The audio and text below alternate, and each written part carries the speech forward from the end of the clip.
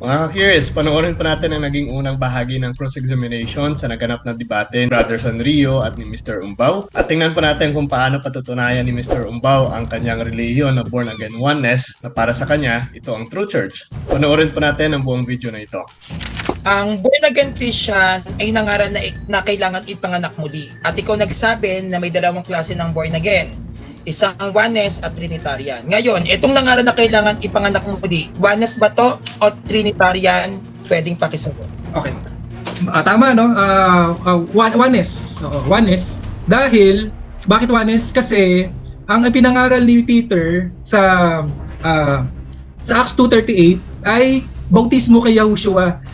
Linawin ko lang, kaya tayo binabautismo sa pangalan ni Yahushua dahil si Yahushua ang namatay. Kaya nga sabi namatay tayo, binautismo natin sa kanyang kamatayan, malinaw. Ngayon, kung hindi mo ginagamit ang nag-iisang pangalan na sukat ay kaliligtas ang tao, na hindi magkakaroon ng hindi nagamit yung isang pangalan na makakapagligtas. Matthew 28 verse 19. Kaya't habang kayo'y humahayo, gawin ninyong alagad ko ang mga tao sa lahat ng bansa. Bautismuhan nyo sila sa pangalan ng Ama, Anak at ng Espiritu Santo. Ito bang Ama, Anak at Espiritu Santo si Kristo to? Yes or no? Mr. Moderator, gusto kong sagutin pero okay lang bang lumabas kami sa topic? Gusto kong sagutin yan, paborito kong topic kasi yan eh. Brother Sandrio, yung topic natin dito is ang Iglesia Kinaaniba ni Mark Umbaw ay ang tunay na iglesia. Ano yun? Anong counter-objection mo? Ang sabi niya po kasi, yung born again Christian oneness yung true church. Tapos dahil born again Christian oneness yung true church, nangaral daw yung born again Christian oneness na kailangan ipanganak muli, which is oneness. Hindi raw Trinitarian. So nilatag ko tong Matthew 28 verse 19, bautismuhan nyo sila sa ngalan ng Ama, Anak at ng Espiritu Santo, oneness ba to o Trinitarian? Counter muna ako, Mother Jando may lilinawin ako sa pahayag niya kasi twisted. Anong twisted? Ang twisted doon, ang born again daw nangaral ng bautismo. Hindi, si Peter ang nangaral, kaibigan. Linawin ko, si Peter ang nangaral. Ang ginamit ni Sandrio, Matthew 28:19. Hindi, kapatid, moderator, sabi niya, nangaral kami ng bautismo. Yung born again daw, nangaral ng bautismo. Yun yung pahayag niya, Brother Danjo. Nililinaw ko lang, ang born again daw, ang nangaral ng bautismo. Hindi kami nangangaral. Ang binasihan namin ng bautismo sa Acts 2:38. Wait lang ha, klaruhin ko lang ha. Hindi ang born again ang nangaral ng bautismo. Yes, hindi kami nangangaral ng bautismo. Si Peter ang nangangaral ng bautismo. So, kung hindi ang born again ang nangaral, si Peter hindi born again. Yung ibig mong sabihin? Ano ulit? Anong tanong mo, Brother Danjo? Klaruhin ko lang kasi parang irrelevant eh. Ang sabi mo, hindi born again ang nangangaral, kundi si Peter. So, si Peter hindi siya born again.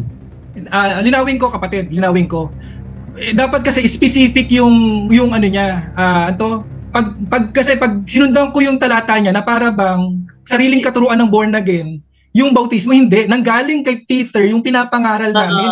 Yung pinanggalingan ang dapat niyang doon siya magsimula sa pinanggalingan, wag na yung pinasahan. Mali yun kasi pag pinakinggan ng ibang tao, parang sa amin nanggaling yung bautismo, hindi. Teka ha, klaruhin ko lang ito ha. Kanina ka pa kasi punta doon sa ano. Pero yung tanong kasi ni Brother Sanrio kasi is, kanina ang topic nyo is born again oneness. Born again oneness. Tapos may binanggit ka pa kanina Trinitarian. So ang tanong niya ngayon, pasok doon sa paksa mo na kasi ang proof mo is ang true church, ang born again oneness. So yung turo sa Matthew 28:19, kung yun ba ay oneness o Trinitarian? Kasi kung yun ay oneness, then pasok sa paksa mo, no? Hindi, kaya humingi ako ng permiso sa inyo, kapatid. Humingi ako, sasagutin ko ba? Dahil gusto ko sagutin talaga yan. Humingi ako ng permiso sa iyo eh. Pero Sanrio, ulitin mo nga yung tanong mo kasi medyo siya eh. Anong tanong mo? Okay. Ang sabi mo kasi yung born again Christian oneness ay nagbinyag o ipinanganak muli. Ayan ha, ipinanganak muli. Baka sabihin mo naman, bautismo. Ipinanganak muli oneness kay Yeshua. Yes, ma'am. Sabi mo kasi sa akin, ang born again Christian may dalawang kategory. Trinitarian at one. Yes. Nagtatagak ng sitas, Matthew 28 verse 19. Bautismuhan niyo sila sa pangalan ng Ama at ng Anak at ng Espiritu Santo. Ito bang bautismo na ito na sinasabi mo na kayo ay true church? Oneness o Trinitarian, yes or no? Oneness. Yung Matthew 28 19, bautismo yan ng Juanes. Bakit? Tinupad yan ng 11 apostles. Tinupad yan ng 11 apostles sa Day of Pentecost sa pangalan ni Yahushua. Kaya nga ang bautismo, binabautismoan tayo sa kanyang kamatayan. Ano ba ang pangalan ng Ama? Meron yan sa Psalms, Yah, ako si Yah, sabi niya gano'n. Tapos tinatawag nating Hallelujah, kaya nga Yahushua. Bakit? Kasi Yah save, Yah is my salvation. Kaya Juanes siyang bautismo na yan. Ngayon, paano i-apply yan? Gamitin yung isang pangalan ng Ama, ng Anak, at ng Holy Spirit na kung saan tinupad ng mga apostoles sa Day of Pentecost kaya ginamit ang pangalang Yahushua. Next question. Yes. Ang sabi ko, itong Mateo 28 verse 19, bautismo nyo sila sa pangalan ng Ama at ng Anak at ng Espiritu Santo ay tinupad ng 11 apostles. Nasaan yung isa? Wala Yung na si Judas eh. Oo, wala si Judas. Wala na si Judas. Pinalitan siya eh.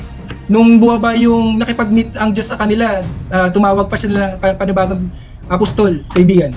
Okay. Ang sabi mo, yung bautismo o baptism ay sa ngalan lang ni Yeshua, tama?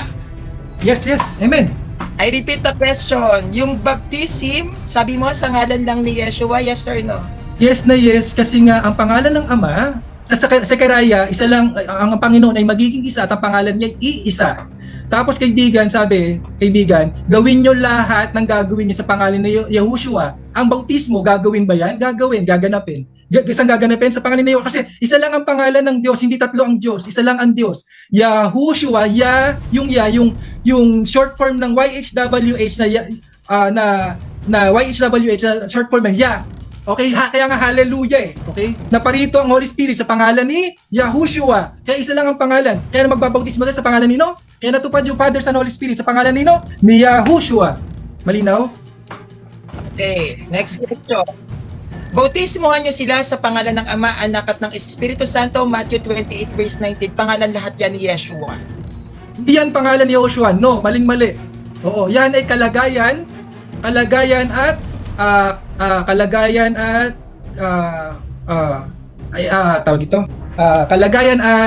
kapahayagan ng iisang Diyos. Okay? Kalagayan at kapahayagan ng iisang Diyos. Nagpahayag siya sa New Old Testament as Father. Nung nagkatawang tao siya, nagpahayag siya bilang anak. Sumasa atin siya bilang Holy Spirit. Nasa Ephesians yan, Ephesians 4. Malinaw yan, may isang Diyos. Next Okay, question. next question. Kung Juanes ka, bautismohan sila sa pangalan ni Joshua. At ang sabi sa Matthew 28 verse 19, bautismohan nyo sila sa pangalan ng Ama at Anak at ng Espiritu Santo. Sino yung tama? Bautismohan sa ngalan ni Joshua o bautismohan sa ngalan ng Ama, Anak at ng Espiritu Santo? Parehas tama dahil hindi magsasalungatan ang turo ng founder sa kanyang alagad. Unang dahilan. Pangalawa kapatid, isa lang ang bautismo. Kung ang paniniwala ng ibang relihiyon, dalawang klase ang bautismo sa Christian, malaking pagkakamali yun. Isa lang ang bautismo. Alin yun? Yung Ama, Anak, Holy Spirit, may pangalan na hindi, palibasa kung hindi nyo alam ang pangalan ng Ama at saka ng Holy Spirit, problema ng mga ibang samahan yan. Pero kaming born again, alam namin ang pangalan ng Ama, ng Anak at ng Holy Spirit ay Yahushua. Next question. Sabi niyo, born again Christian ba? Pero kalakaran sa mukawan ba ay bautismo o iglesia? Yes or no? Iglesia, gagawing isang iglesia. Ano yan eh, ikakabit yan sa punong ulibo. Sa punong ulibo. Magiging isang iglesia yan, kapatid. Importante ang bautismo sa iglesia kasi yan ang initiation eh. Yan ang gaganapin natin. Wait lang, moderator's time. Ako na may muli magsasalita. Kakasabi ko nga lang, Mark Umbaw, hindi bautismo ang issue. So talaga. Counter ako, kapatid, Brother Danjo, counter. Patunayan mo na ang inyong iglesia ang tunay, patunayan naman ni Sanrio na sulpot kayo. Counter ako, Brother Jando, counter ako. Anong counter mo? Ang counter ko, tanong niya yun, ang ano ba yung kawan ba, bautismo, iglesia? Bautismo. Kaya nilinaw ko, kaibigan. Sagutin mo na lang ang iglesia. Ang bautismo ay sa bautismo. Kaparaanan para makabahagi ka doon sa kawan, para maging membro ka ng kawan. Yun yung bautismo. Yun na nga. Kaya nasagot ko yun dahil nandun yung bautismo sa tanong niya. Siguro, sagutin mo. Categorical yun. Categorical ka na iglesia yun. O tapos. Sige. Huwag mo nang ising yung bautismo kasi malayo sa bautismo eh. Sige, next question, Sanrio. Patunayan mo sulpot siya. Siya na, patunayan niya siya ang tunay. Sige, go. Uulitin ko ulit. Matatawag mo ba ang kawan ay bautismo kasi born again kayo? Yes or no? Yes na yes, matatawag na born again yung kawan. Alam niyo kung bakit? Kasi nga yung nasa Pentecost, yung mga na born again, kumalat sila eh. Kumalat sila. Sabi nga dito, kay kaibigan, para mas maganda masuportahan ko ng talata 'yan. Nandito 'yan sa sa John, andali. Sige, mamaya na ba, hindi ko mahanap eh. Sa Mark 9:38 tsaka Luke 9:49 yan. Mamaya, basahin natin yan. Next question, ang sabi mo ang born again Christian ay sekta. Binanggit mo yan kanina. Ano ang sekta sa'yo? Ay, Mr. Moderator, wala akong sabing sekta. Sabi ko, ang born again, hindi sekta, hindi registration. Ayan po yung kahit i-rewind nyo yung ating recording, wala akong sasabing ang born again ay sekta. Ang born again ay relasyon yan sa Diyos. Kaya sino man ang ipahanap sa espiritu na bautismo sa pangalan ni Yahushua ay born again. Okay? Wala akong sabing sekta yan or registration na katulad ng ibang reliyon. Okay. Pero Sanrio, ang sabi niya, ang born again daw ay hindi sekta, kundi relasyon. O, next. Okay, next. Ang sabi mo, ang tunay na iglesia ay hindi nakabase sa pagsunod sa kautusan, yes or no? Correction din sa tanong mo, no? Hindi nakabase, hindi yun ang sabi ko. Hindi ang kaligtasan hindi sa pagsunod ng kautusan, okay? Hindi sa pagsunod ng kautusan, ang kaligtasan, okay? Ang kaligtasan hindi sa pagsunod ng kautusan. Yun ang sinabi ko, kapatid. Next question. Kuya John, no objection sa sinabi niya. Yes. Anong objection? Ang sabi niya daw, kaligtasan hindi nakabase sa kautusan. Actually, nagbigyan ang sabi kanina, ang tunay na iglesia ay hindi sa pagsunod po sa kautusan. Wala ko Counter ako, kapatid, Brother Danjo, counter ako. Wait lang, Brother Sanrio. Ang sabi niya kanina, ang iglesia nila hindi under sa kautusan. At, wait lang mukhang ano tayo eh. Dahil naman muling napunta sa kautusan, role mo rito, patunayan mong sulpot sila at siya naman patunayan niyang tunay sila. Yun lang ang gawin at yun lang ang role niyo dito. Role ni Sanrio, patunayan sulpot sila. Role naman ni Umba, patunayan tunay sila. Yun. Sige, next question. Po, dapat po tayo ay nagpapasailang sa kautusan. May kautusan po si Kristo kasi dapat sundin ng true church. Kaya ito po yung nilatag niya na tunay na iglesia daw, ang sabi niya ay hindi daw po dapat nakabase sa pagsunod sa kautusan. Meron po sa New Testament na ang tunay na iglesia ang tatag ni Kristo dapat nasa ilalim ka ng kautusan. Kaya ko pong patunayan yan. Okay. Wait lang ha. So ang tindig niya is ang iglesyang tunay hindi under sa kautusan. Then ang sayo naman ang iglesyang tunay ay under sa kautusan. Apo. Ay, natin. Oh. Sige. Sagutin ko, kapatid, Brother Danjo. Sagutin ko yung sabi niya. Sige, sagutin mo. Sige. Linawin ko wala kami sa ilalim ng kautusan para hindi sundin. Hindi pahalagaan at baliwalain ng batas. Sinusunod namin yan dahil ligtas kami, hindi para maligtas. Linawin ko, Brother Sanrio, no? Sinusunod namin ang kautusan hindi para maligtas, kundi sinusunod namin ang bunga ng pag-ibig. Ngayon, kung ikaw, kapatid, nasa ilalim ka ng kautusan, marami akong talatang gagamitin sa iyo mamaya na ang nasa ilalim ng kautusan ay nasa ilalim ng sumpa at walang kaligtasan. Yeah, next question.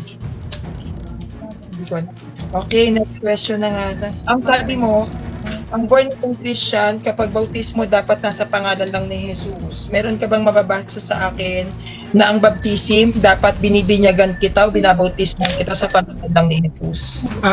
Gustong-gusto ko sagutin yan, Brother Danjo, Gustong-gusto ko sagutin yan. Pero baptism yan. Ako na naman ang mapapagalitan. Ang nagsimula, ang tanong kay ang tanong is about baptism. So hindi ko igagrant yon. Palitan mo yung tanong, Brother Sanrio, kasi napunta sa baptism ang tanong. Objection lang po Ano objection? Lugi po kasi ako Yung born again po kasi hindi po sila church. Paano ko po ilalatag yung presentations ko? Yung born again po na research ko is baptism. Wala po akong malatag dito na ang born again Christian ay church.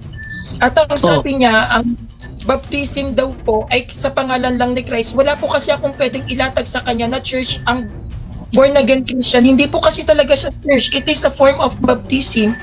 Hindi siya pwede sa baba ng true church kasi ang Catholic Church is a true church. Matthew 16 verse 18, hindi naman po baptism yun. And the born again Christian is baptism. Paano ko po ilalatag yung na church? Ang born again, hindi nga po sila church. So lamang ka doon. Lamang ka doon kasi wala kang may pakitang ebidensya na church sila.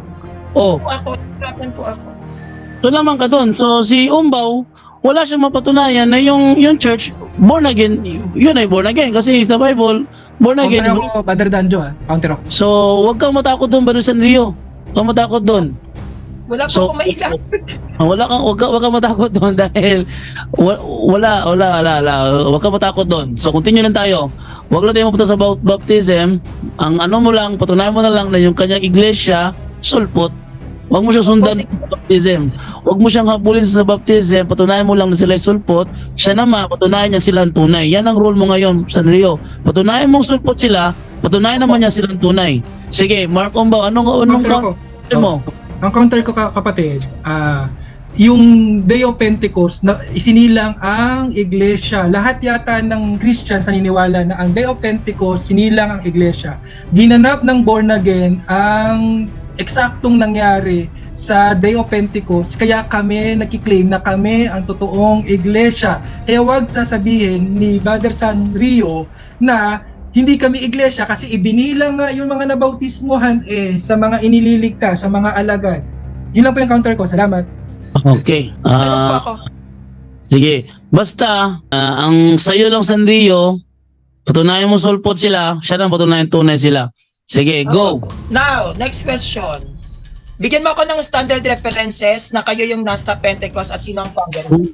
Hindi scripture. Next question ako kasi hindi ako bumabase sa referensya, magisterium tsaka scholar. Next question. Next question ako kasi hindi ako bumabase sa referensya, magisterium tsaka scholar. Next question. Teka, ito na sinasabi ko eh. Di ba, sinabihan kita Mark Umbaw na mag-ready ka? Talagang hanapan ka niya ng historical evidence kasi kiniklaim mo na kayo yung nasa Day of Pentecost. Normal lang na hanapan ka niya ng historical evidence kaya Sige po, magbibigay ako Pastor Brother Jando. Magbibigay sabi ako. ko sa'yo mag-ready ka eh. Sige, ready ako dyan kapatid. Sige, Bibigyan kita. labas na yung hinihingi ni San Rio na historical evidence na yung iglesyang kinaaniban mo ngayon, yun nga ang iglesyang nasa Day of Pentecost without using baptism. Sige, go. Okay. Ito yung ang scripture is ano yan history yan. Proven and tested at walang tatanggi dito na ang Holy Scripture ay history. Reliable, credible at walang mas magiging totoo pa si Scripture kung ang history ang pag-uusapan. Ngayon, John 3:3, Acts 2:38, bababa ng 47, kumalat ang mga nabautismohan sa pangalan ni Yahushua, yung 3,000 kumalat sa iba, sa Judea, Samaria, sa kanilang bayan. Nung bumalik sila sa Asia, bumalik sila sa kanyang bayan, kumalat yung 3,000. Every day, dumadami ng dumadami. Time na. Oh, hindi pa rin nakuha. Ayan, talagang napakaganda po ng naganap na cross-examination at kayo na po ang humusga kung talagang nasagot ba ni Mr. Umbaw ang mga katanungan base sa referensya at sa Biblia. Yan po ay unang bahagi lamang at abangan nyo po ang part 2 ng kanilang cross-examination. Kung nais nyo po mapanood ang buong video ng debate, i-click nyo lang po ang link na nakalagay po sa ating description at makikita po ninyo ang kabuuan na nangyari sa debate. So ayan po mga ka-curious, kung nagustuhan nyo pong video nito, please like and share. Ibahagi nyo po sa mga kakilala ninyo upang mas lumawak pang maabot ng ating programa at mas marami pa ang matulungan nating mga kapatid na bumalik sa ating simbahan at mas mapatatag pa ang pananampalataya ng mga kapatid nating Katoliko. At sa mga kapatid po natin na nagbibigay ng kanilang suporta, maraming salamat. Sa inyo na nag-send ng stars, maraming salamat po. Gagamit po natin ito sa pagpapalago ng ating munting page at of course sa mga pinaplano pa po natin mga corporal works of mercy na pwede pa nating mapagbahagian po. Muli po, this is Mr. Curious Catholic, ang inyong lingkod at kapanalig at kasama po ninyo sa pagtatanggol ng ating simbahan. Sa Diyos po ang lahat ng papuri. Hello mga kalay ko, nabasa niyo, ang ganda. Lumapit kayo sa akin. Nung ako po ay katotestante pa, hybrid ng Katoliko at protestante, marami tayong mga katanungan sa ating isipan patungkol sa ating pananampalataya bilang Katoliko. Marami tayong mga bagay na nag-aagam-agam sa ating kaisipan na totoo ba to? May paliwanag ba ito? Huwag kayong mag-alala, na-curious lang kayo. Kaya salamat naman yung aking pagiging curiosity ito ay natugunan ng mga kasagutan sa mga taong nag-aral at lehitimong tagapagturo ng ating pananampalataya. Kaya kung kayo man ay naging katulad ko noon, ay huwag po tayong magtatanong sa hindi Katoliko. Tayo po ay magsiyasat at atin pong tuklasin yung yaman ng ating pananampalataya upang sa ganon ay hindi po tayo maging mangmang sa sarili nating pananampalataya. Kaya kung ninanais po ninyo na mapuluan ng tamang kaalaman ang ating mga katanungan sa ating isipan patungkol sa ating pananampalataya, may tip ako sa inyo. Pasyalan po ninyo ang channel ng Curious Catholic. At makikita po ninyo yung mga topic doon. At sa inyong pakikinig, tinitiyak ko, magiging tulad ko rin kayo. Manny Lumibaw po, isang solidong Katoliko. Pro Deo et Ecclesia.